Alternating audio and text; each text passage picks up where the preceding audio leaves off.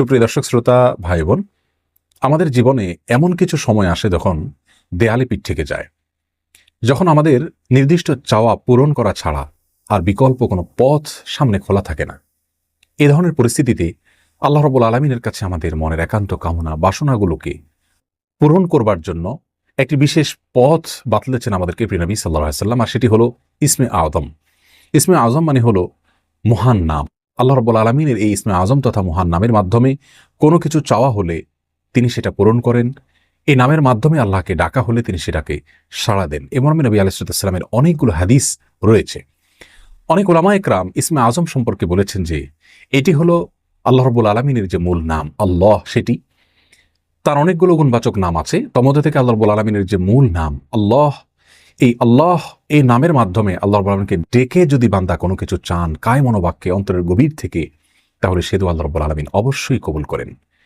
এজন্য কোনো কিছু আল্লাহ রাব্বুল আলামিনের কাছে চাওয়ার আগে যদি আল্লাহ বলে ডেকে ভালোবাসা থেকে, আস্থা থেকে, ভরসা থেকে, কায় মনোবাক্যে দীনতাহীনতার সাথে আল্লাহকে ডেকে যদি কেউ দোয়া করেন, তাহলে সে দোয়া আল্লাহ রাব্বুল আলামিন ফিরিয়ে দেন না।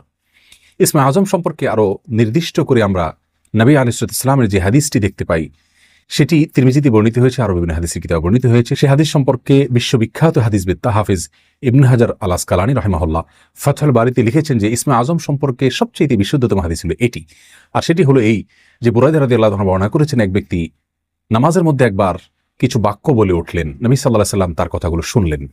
তিনি বলে উঠলেন, আল্লাহুম্মা ইন্নী আসআলুকা বিআন্নী আশহাদু আন্নাকা আনতাল্লাহ লা ইলাহা ইল্লা আনত আল আহাদুস সামাদ আল্লাযী লাম ইয়ালিদ ওয়া লাম ইউলাদ ওয়া লাম ইয়াকুল লাহু কুফুয়ান আহাদ।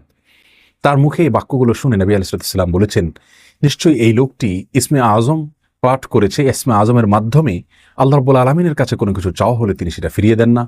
এর মাধ্যমে আল্লাহকে ডাকলে তিনি অবশ্যই তাতে সাড়া দেন।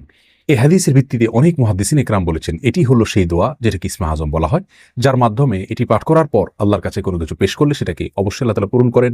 মনের যে কোনো ভালো আশা আল্লাহ তাআলা পূরণ করে থাকেন। দোয়াটি আবারও বলছি, আল্লাহুম্মা ইন্নী আসআলুকা বিআন্নী আশহাদু আন্নাকা আনতাল্লাহ লা ইলাহা ইল্লা আনত আল আহাদুস সামাদ আল্লাযী লাম ইয়ালিদ ওয়া লাম ইউলাদ ওয়া লাম ইয়াকুল লাহু কুফুয়ান আহাদ। যার অর্থ হলো, হে আল্লাহ, আমি আপনার কাছে প্রার্থনা করছি এই মর্মে যে, এই জন্য যে, এই ভিত্তিতে যে আমি সাক্ষ্য দেই আপনি আল্লাহ, আপনি ছাড়া সত্যিকারের কোনো মাবুদ নেই, আপনি কারো মুখাপেক্ষী নন, আপনি একক, এবং আপনি কাউকে জন্ম দেননি, আপনাকেও কেউ জন্ম দেয়নি, এবং আপনার সমকক্ষ আর কেউ হতে পারে না।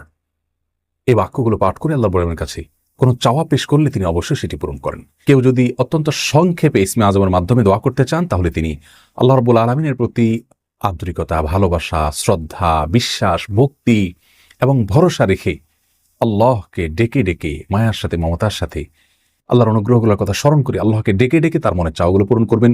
এটা হবে ইসমে আযমের সবচেয়ে ছোট ভার্সন। আর যদি কারোর হাতে সময় থাকে, তাহলে তিনি ইসমে আযমের যে দোয়াটি আমরা কথা বলেছি, আল্লাহুম্মা ইন্নী আসআলুকা বিআন্নী আশহাদু আন্নাকা আনতাল্লাহ লা ইলাহা ইল্লা আনত আল আহাদুস সামাদ আল্লাযী লাম ইয়ালিদ ওয়া লাম ইউলাদ ওয়া লাম ইয়াকুল লাহু কুফুয়ান আহাদ। এই দোয়াটা তিনি পাঠ করবেন, করে আল্লাহর কাছে তার চাওয়া পেশ করবেন। জীবনের কঠিন মুহূর্তগুলোতে বিশেষ করে এই ইসমে আযম পাঠ করে আল্লাহর কাছে দোয়া করব, সেটা অবশ্যই আল্লাহ তাআলা কবুল করবেন যদি দোয়ার মৌলিক শর্তগুলো আমরা পূরণ করে থাকি।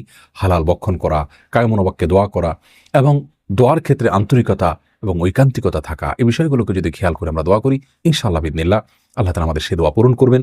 কোনো কারণে সে দোয়া যদি পূরণ হতে আমরা না দেখি, তাহলে সন্দেহাতীতভাবে আমাদের বিশ্বাস রাখতে হবে এটা পূরণ এই মুহূর্তে না হওয়ার মাঝে আমাদের জন্য কল্যাণ নিহিত আছে। আল্লাহ তাআলা এর বিনিময়ে আমাদেরকে আখিরাতে দিবেন। এছাড়াও দোয়া ইউনূসের মাধ্যমে লা ইলাহা ইল্লা আনতা সুবহানাকা ইন্নী কুনতু মিনাজ জালিমিন, এটা পাঠ করেও যদি কেউ দোয়া করেন, তার মাধ্যমে আল্লাহ দোয়া কবুল করেন। এবং হাদিস বর্ণিত হয়েছে